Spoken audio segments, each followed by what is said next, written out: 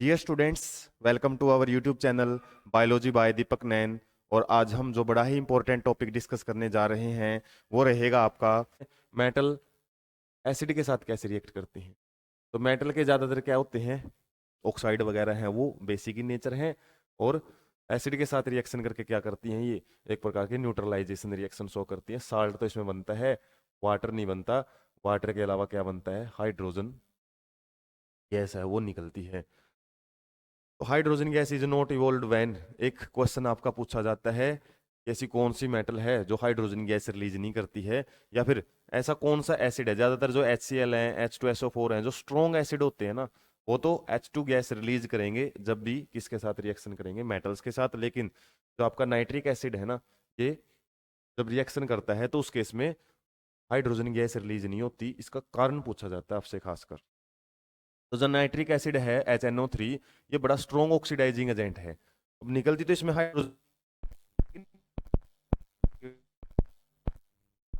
करके वाटर में इसको कन्वर्ट कर देता है। इस केस में आपका जो H2 है वो वाटर बन जाता है और खुद रिड्यूस हो जाती है। कौन?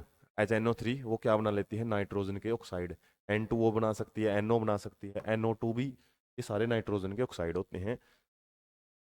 But the magnesium and manganese react with very dilute HNO3 two is H2 gas. ये यूनिक क्वेश्चन ही बनेंगे इनमें से कि जो आपके कौन सी मेटल कैसे रिएक्शन करती है। तो इसलिए ये चैप्टर थोड़ा सा टिपिकल हो जाता है, क्योंकि में आप डायरेक्ट फॉर्मूले बेस पे नहीं चल सकते। यहाँ पे आपको हर एक मेटल के एक्सेप्शन पॉइंट याद रखने पड़ते हैं। ये एक्सेप्शन ही पढ़ रहे हैं हम, तो एक सिंपल रूल को फॉलो ही नहीं कर रहे। कोई मेटल कैसे रिएक्ट कर रही है, कोई कैसे कर रही है। और exceptions are very important in inorganic chemistry. जो हम पढ़ रहे हैं ये इनऑर्गेनिक केमिस्ट्री है। यहाँ पे एक्सेप्शंस जहां भी मिल जाए आपको, जो रूल ब्रेकर मिले, वो पेपर के पॉइंट ऑफ व्यू से बड़े इंपॉर्टेंट होते हैं हमेशा।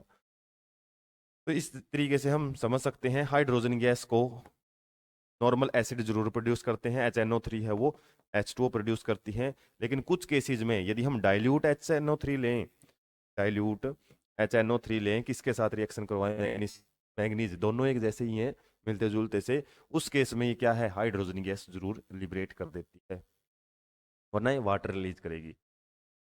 इसके अलावा यदि हम बात समझे, एक रिएक्टिविटी जो होती है मेटल्स की, रिएक्टिविटी सीरीज, हालांकि इसमें आगे पढ़ेंगे हम कौन सी मेटल कितनी ज़्यादा रिएक्टिव है। हालांकि फर्स्ट चैप्टर में भी हमने डिस्प्लेसमेंट रिएक्शन को समझते टाइम ये ध्यान दिया था कि कौन सी मेटल जितनी ज़्यादा रिएक्टिव है वो लो रिएक्टिव मेटल को डिस्प्लेस कर देती है। Copper, no bubbles were seen and the temperature also remained unchanged. This shows the copper does not react with dilute HCl. तो HCl या फिर किसी भी एसिड से हाइड्रोजन गैस रिलीज करना किस पे डिपेंड करता है, वो सिंपल रिएक्टिविटी सीरीज पे डिपेंड करता है। ऐसे क्वेश्चन बनते भी हैं कि ऐसी कौन सी मेटल है जो HCl के साथ रिएक्शन करके क्या नहीं करती, हाइड्रोजन गैस प्रोड्यूस नहीं करती। और यहाँ पे देख सकते हो, आपको दिया हुआ है copper does not react with dilute HCl।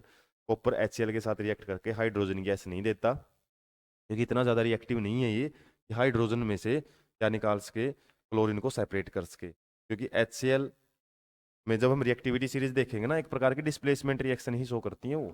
Reactivity series जब बात करेंगे, वो हाई रिएक्टिविटी है जिसकी वो डिस्प्लेस कर देते हैं नॉर्मली साल्ट से किसी भी दूसरी मेटल को। लेकिन हाइड्रोजन की बात करें रिएक्टिविटी सीरीज में, हाइड्रोजन कॉपर से ज़्यादा रिएक्टिविटी शो करता है, जिसकी वजह से यदि ये HCl के बाइंड है ना, तो कॉपर सिंपली इसको HCl से रिमूव नहीं कर सकता, हाइड्रोजन अलग नहीं हो सकता इसमें। इसके अलावा एक क्वेश्चन यहाँ से बन सकता है, एक्वारिजिया क्या होता है। एक्वारिजिया एक रॉयल वाटर, लेटिन में रॉयल वाटर इसको बोलते हैं, शाही जल। और ये किससे बनता है, इसकी कंसंट्रेशन आपसे पूछ ली जाती है, इसका रेशियो 3:1। 3 क्या लिया जाता है, HCl, और 1 क्या लिया जाता है, nitric acid. Nitric acid HNO3। और ये दोनों कंसंट्रेटेड लिए जाते हैं, बहुत ही ज़्यादा स्ट्रॉन्ग लिए जाते हैं। दोनों को 3:1 में मिलाया जाता है। मान लो आपको 4 लीटर एक्वारिजिया तैयार करना है, तो 3 लीटर आपको HCl मिलाना पड़ेगा, और 1 लीटर आपको क्या मिलाना पड़ेगा उसके अंदर, NO3। उससे जो सॉल्यूशन बनेगा ना, उसको रॉयल वाटर फिर एक्वारिजिया ही बोलते हैं। इसकी खास बात क्या है, ये गोल्ड जैसी मेटल के साथ भी रिएक्शन कर सकता है। तो गोल्ड, प्लेटिनम, सिल्वर, ये बड़ी ही नॉन रिएक्टिव मेटल्स होती हैं। लेकिन कुछ केसेस में ये गोल्ड के साथ रिएक्शन कर लेता है, इवन तो neither of these acids can do so alone. और इसके अलावा यदि यहाँ पे क्या बात की हुई है, मतलब एक और एक 11 होते हैं यहाँ पे दी हुई है, मतलब एकता में बल है। वरना तो HCl अकेला रिएक्शन करेगा गोल्ड के साथ, नहीं कर सकता। HNO3 भी अकेला नहीं कर सकता। दोनों मिलके गोल्ड को क्या कर सकते हैं, डिजोल्व कर सकते हैं। और इसी प्रॉपर्टी की वजह से क्या है, aqua regia is highly corrosive, मतलब बहुत ज्यादा रिएक्टिव होता है। और फ्यूमिंग लिक्विड, जब इसमें हम गोल्ड को डालते हैं फ्यूम्स सी निकलती है, धुआं सा निकलता है। और it is one of the few reagents that able to dissolve gold and platinum. ऐसे कुछ सब्सटेंस हैं ये, जब हमको गोल्ड और प्लेटिनम वगैरह को सेपरेट करना हो किसी भी कंपाउंड से, तो सिंपली उसको एक्वारिजिया के अंदर डाल देते हैं।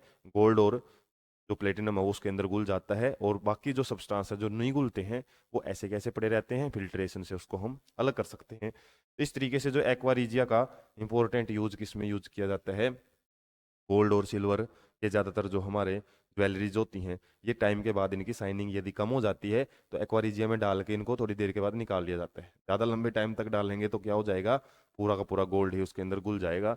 लेकिन इसमें क्या है, फिर एक्वारिजिया में से गोल्ड को फिर सेपरेट भी किया जा सकता है। तो इस तरीके से शाइनिंग है वो जरूर आ जाती है हमारी ज्वेलरी की, लेकिन कुछ पार्ट है वो कम हुआ मिलता है। क्वेश्चन आपसे ऐसे पूछते हैं कि एक्वारिजिया में डालने से गोल्ड की शाइनिंग जरूर आ गई है, लेकिन वो वेट कम हो गया उसका। तो वेट कम होने का रीजन क्या है, क्योंकि कुछ जो मेटल है हमारी वो एक्वारिजिया के अंदर घुल चुकी है, जिसकी वजह से वेट कम हो गया, और वो घुली हुई मेटल को हम सेपरेट भी कर सकते हैं फिर। तो इस तरीके से एक्वारिजिया का बड़ा इंपॉर्टेंट कॉन्सेप्ट ये रहेगा। 3:1 में क्या क्या लिया जाता है, HCl एंड HNO3। और ये दोनों अलग अलग रिएक्शन नहीं कर सकते, दोनों मिलके जरूर इसके साथ गोल्ड के साथ रिएक्शन कर सकते हैं, गोल्ड या प्लेटिनम के।